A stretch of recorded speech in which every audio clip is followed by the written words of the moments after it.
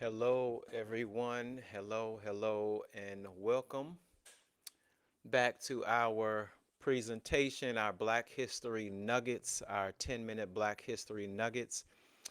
For those who may not have uh, watched the previous episode, in the previous episode, we began talking about the beginning. Where did we come from? And so we looked at these Genesis chapter 2, and we looked at the different rivers to determine exactly where the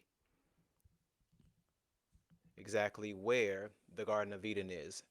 And we landed after looking at the river Pishon, the river Gihon, the river Hiddekel, which is the Tigris, as well as the river Euphrates. We realized that the Garden of Eden was most likely located in the area of the world that we today call Israel. The area that we today call Israel, which is on the area, which is in the part of the world that we today call the Middle East. And we're going to unpack the Middle East a little bit more in a moment.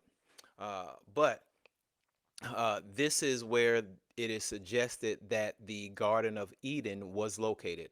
And yesterday, we ended talking about, okay, maybe if this is where the Garden of Eden was located, is there any biblical reference?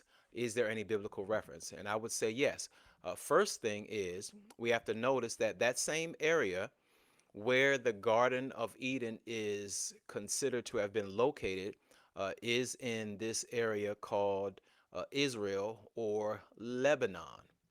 Israel or Lebanon. So, why would that be important? It's important because if we go to the book of Ezekiel, chapter 31, Ezekiel chapter 31, the Bible says, Ezekiel chapter 31 and verse 3. Ezekiel 31, verse 3, the Bible says, "Indeed, Assyria was a cedar in Lebanon, with fine branches that shaded the forest and of high stature, and its top was among the thick boughs.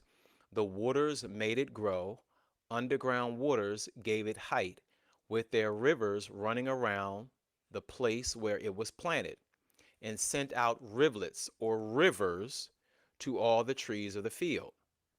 Hmm, interesting.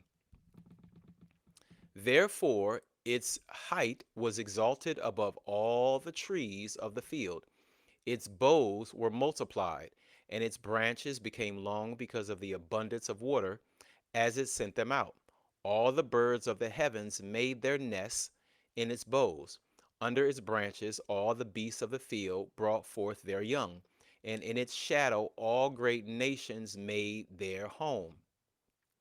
Thus it was beautiful in greatness and in the length of its branches. Because its roots reached to abundant waters, the cedars in the garden of God could not hide it.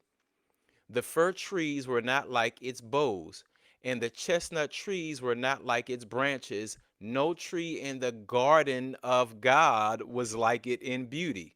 Hmm. Have mercy. Now remember, it's talking about Lebanon. We just noticed that it's talking about Lebanon, beginning of verse 3, right?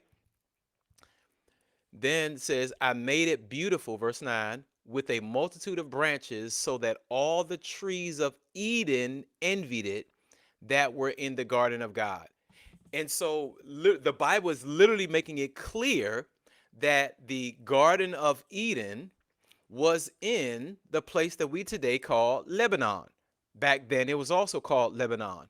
And all of this makes sense. All of this makes sense because if you think about it, that area was also the land of Canaan. That same area, the area that we today call Lebanon and Israel, that entire area was called Canaan. So think about it like this: when Adam and Eve sinned, they were in the Garden of Eden, right? As a result of their sin, God kicked them out of the garden.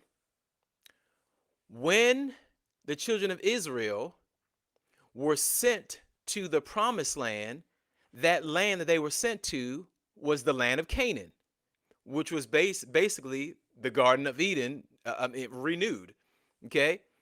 And then that same area today, Israel, is that land, that same landmass that individuals are fighting over right now. And so here we have the Garden of Eden, which was in what we today call Lebanon. God sent the children of Israel right after he sent Adam and Eve out, some thousands of years later. He made the promised land that same exact area, which was Canaan. After that, he made that same area. Not he made that area, but that land, that same landmass called Israel, would be the area that they're fighting over right now.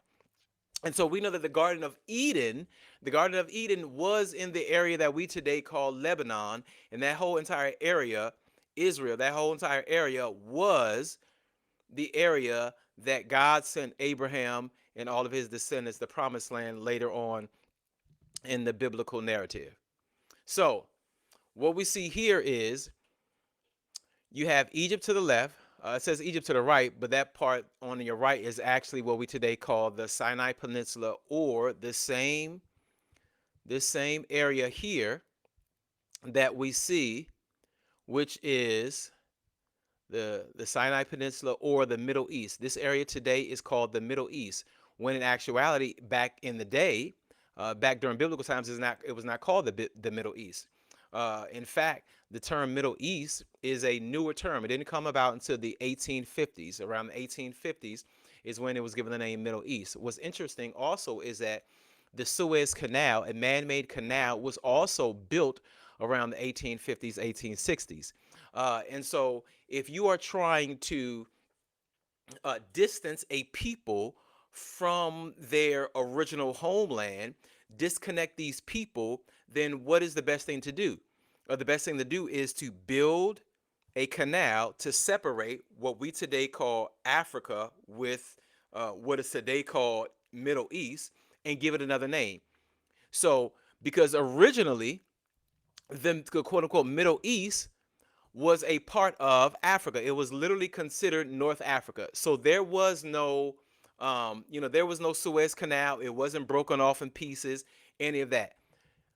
That was done at a later date. So what happens? If you look at even the land of Israel, to what we today call Israel, is on the African tectonic plate. So it is literally, that area is literally a part of Africa. It is literally considered North Africa. Now, it is not called North Africa today because the people, the powers that be, want to separate, quote unquote, Africa from Canaan or from Israel, from that promised land. That's what they want to do. When in reality, all of it is the same landmass. All of it's the same landmass, which means that if there were people of color, if there were black people in, quote unquote, the rest of Africa, that would have to mean that there were, quote unquote, black people in North Africa as well. But they don't want us to know that. That's why they built the Suez Canal. That's why they built the Suez Canal and named that area the Middle East, because they want to disconnect the chosen people, the people of God, from the rest of Africa. So they don't want us to know that those individuals who occupied at one time that particular landmass, they don't want us to know that those people were people of color. They don't want us to know. And so for that reason, that's why they have, you know, done everything humanly possible to make sure that we don't know that the land of Israel, or the land of Canaan, now Israel, was initially a part of Africa. Hmm, part of Africa. So what do we learn? We learn that the Garden of Eden was in North Africa, the area that would be called the land of Canaan, the promised land. Also, it will be the land that today is called Lebanon, and that whole area is called Israel. So, why is this important? It's important because when you go to Genesis chapter 9, in verses 18 and 19, you see that after the flood, it says, "Now the sons of Noah who went out of the ark were Shem, Ham, and Japheth. And Ham was the father of Canaan. These three were the sons of Noah, and from these the whole earth was populated." So everybody on the earth was populated from one of these three sons. So You have the Garden of Eden. That's where everybody came from. In this same area, because we know that the flood happens and everybody was separated. And so Noah would have three sons. And so everybody on the earth right now is a product of one of these three sons. Okay? So chapter 10 and verse 1 says, "Now this is the genealogy of the sons of Noah, Shem, Ham, and Japheth. And sons were born to them after the flood. The sons of Japheth were Gomer, Magog, Madai, Javan, Tubal, Meshach, and Titus. The sons of Gomer were Ashkenaz, Riphath, and Torgamar. The sons of Javan were Elisha, Tarshish, Kittim, and Dodanim."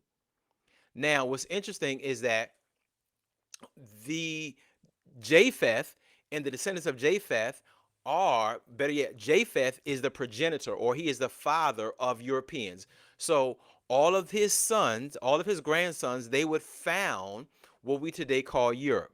They would found the area that we today call Europe. How do we know? How do we know? Well, we're going to pack that in tomorrow. We're going to unpack that in tomorrow's lesson as we continue to talk about our Bible history nuggets.